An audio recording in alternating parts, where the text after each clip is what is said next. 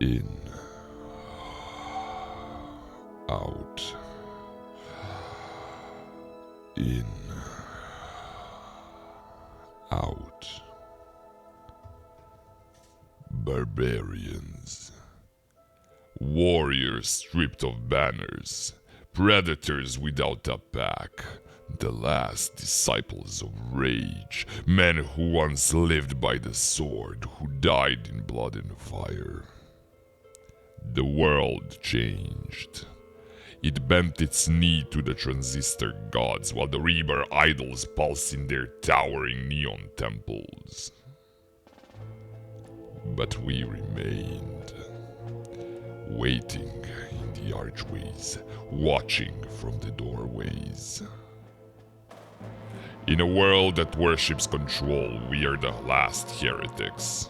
We do not build, we break. We do not rule, we serve. And yet, we reign. Greetings adventurers, travelers and fellow keepers of the lake, how are you all doing? Welcome. This video is a part of a big TTRPG design challenge put out by the Sheriff from Tales from Elsewhere and Odinsky Gaming, where a bunch of indie game creators create or redo the Barbarian class in their own game of choice. Behind the scenes, my friend Lazar and I have been building, or more like unearthing, a system for our own modern horror setting. It's a rules-light D100 roll-under system that is built to keep the players pushing the narrative forward. We wanted something that is in between Call of Cthulhu and Kult's take on Power by the Apocalypse, and this is what clawed its way to the surface. Players take on roles of regular people. They're forced to confront the cruel, rotting core of the modern world, but beneath that decay lies something worse. A deeper, unnatural truth. Certain places, certain people have been touched by the thing that marks the end of human understanding. This game is all about psychological horror and dark, uncomfortable truths.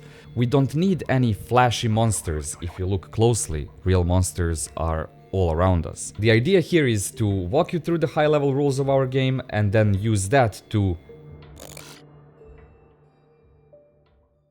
So skills and aspects are the core of the system and the core of any character. It's their DNA in a way. So skills represent broad capabilities that define what a character can do.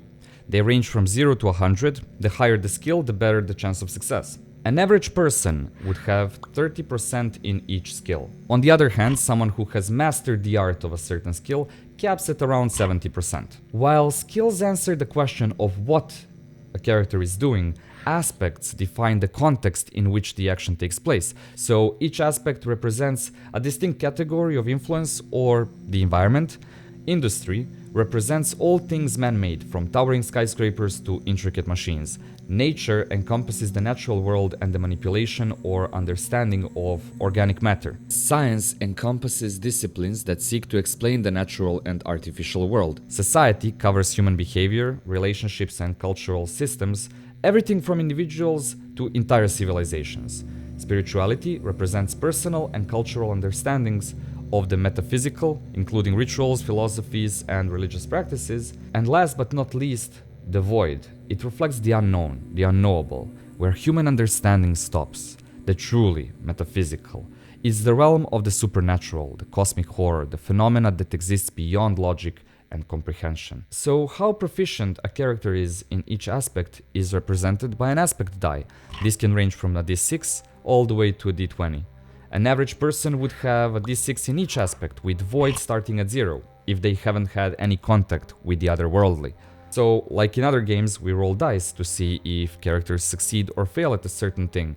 We call these checks skill checks. Simple enough. So you can just roll a d100 and see if the result is less than your skill value. If so, you succeed. Sometimes the stakes are higher and the character needs an edge. That's where aspects come in. Up to 2 aspects can be combined with a skill roll for a greater chance of success, provided that the player rolling the dice can actually give you, an explanation narratively how these fit into the situation. So, for example, unlocking a warehouse door.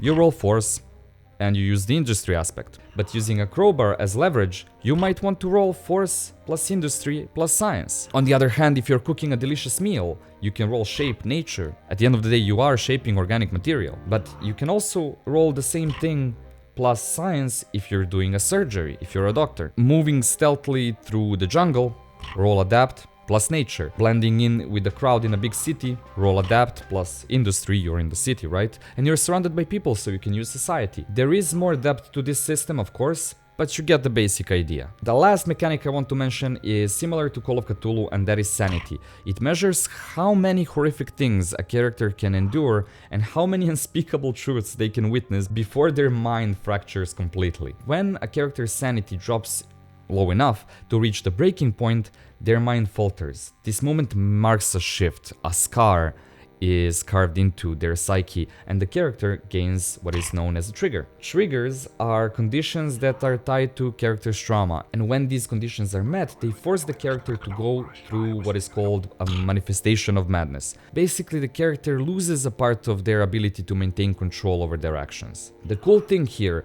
is that we don't have to use triggers just in this way. Players can create certain triggers that have interesting effects at character creation, usually with some hindrances that go alongside it. And with that done, let's start with the Angry Bouncer Barbarian. And so I stand, a cold slab of flesh and bone, while the youth bail for entry, eager to offer their bodies to the machine. They reek of lithium and metal, their voices desperate, pleading, demanding. But all I hear is my own breath. In, out, in, out. As long as I can hear it, they are safe.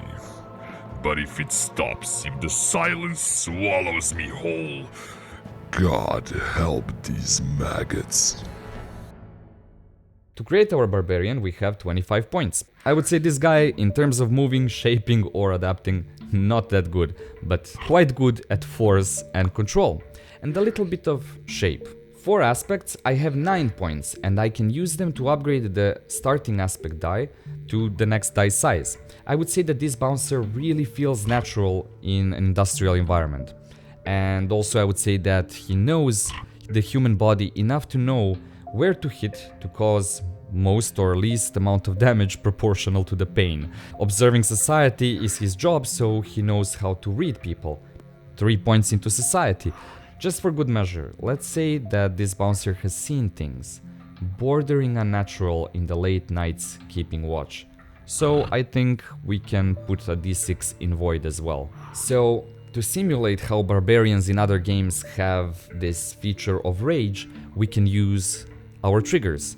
When a conflict arises and the bouncer can't focus on his breath, he will go into full rage mode for 1d6 momentum switches, basically rounds. The muscles would tense and the red mist descends over his eyes. His rage boosts all of his physical stats by 10%, but he will attack anyone and everyone around him until he comes down or all targets in line of sight are eliminated. And I would add that this can only happen once per conflict.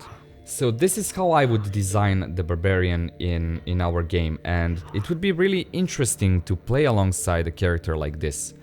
So I know there isn't much in terms of mechanics in a game like this to really create the barbarian archetype, but if you look around you can see a lot of barbarians in the real world, from marines to bouncers to like hooligans. There is a ton of people that could fit into the barbarian archetype. Very cool stuff, and thank you Peter for coming up with this challenge. Thank you for giving us a platform to talk about our game for the first time. I'm super excited about hearing people's feedback, and of course this is just the beginning of it. Now that we can actually talk about it, there will be videos on this channel going over the design decisions, of course going into all of the mechanics, maybe even some playtests with people in our Discord. So if that sounds fun, you want to learn more about the game, just chat about the system or about anything related to this channel really, or our hobby, join our Discord. We will be waiting for you there.